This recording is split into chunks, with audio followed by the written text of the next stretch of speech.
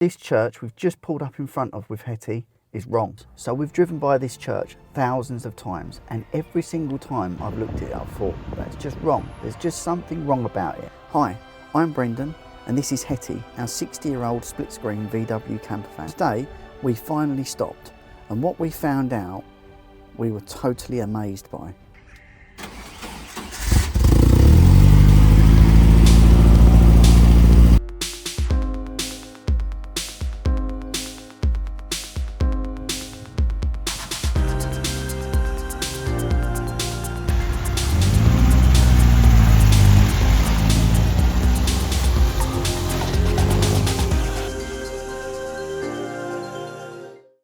We've had family in Southminster all our lives, so we've driven by this church hundreds if not thousands of times.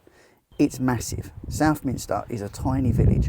What is a huge church like this doing here? The tower looks like the top of it's just been chopped off and tiled over. The stained glass looks like a patchwork quilt. It's like two different churches decided to have a baby but never quite finished the job. We've always wondered, what's the story here? Well, it turns out that the wrongness of this church is actually a map of British history. So why does this church look this way? Well, firstly, being built in Essex, there's no natural stone here, so it's a mismatch of things that they could find. So you find Roman tiles, there's bits of flint, all sorts of different materials. The church was originally owned by St Osoph Prior in Clacton until the dissolution of the monasteries. That explains the little room above the porch. That's where the monks used to stop over when they came to visit the church, and also probably why the statues in the niches are missing, because they were destroyed during the dissolution.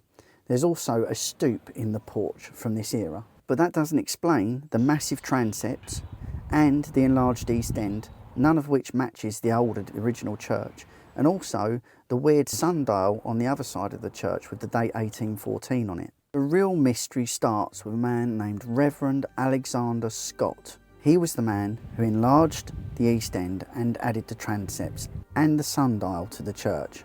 But this wasn't just any vicar. Reverend Scott was the personal chaplain to Lord Nelson. He was actually there on HMS Victory and held Nelson as he died in his arms. And get this, locked inside this church right now are supposedly Nelson's relics. These are supposedly a writing desk, a mirror and a fireplace that Reverend Scott used. Now it's alleged that they were all from HMS Victory, but that hasn't been confirmed. But it's absolutely incredible. We had no idea that any of this was here. That missing tower, that wasn't an architect's mistake. Turns out that during World War II, it was damaged by enemy action. The stained glass windows were also blown out. So the stained glass looks like a patchwork quilt because the original pieces that were left were collected together and used to make new windows.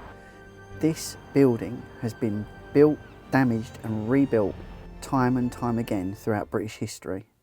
These are the moments we love the most with Hetty.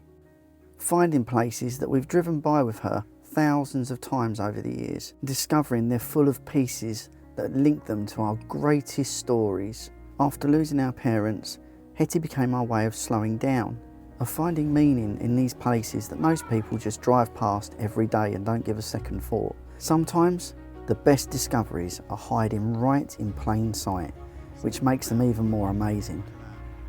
Next week, we're doing a full loading day for download. I'm going to actually see if the awning fits on Hetty with the new attachments we've bought. As always, thanks for watching, and we'll see you on the next one. Take care.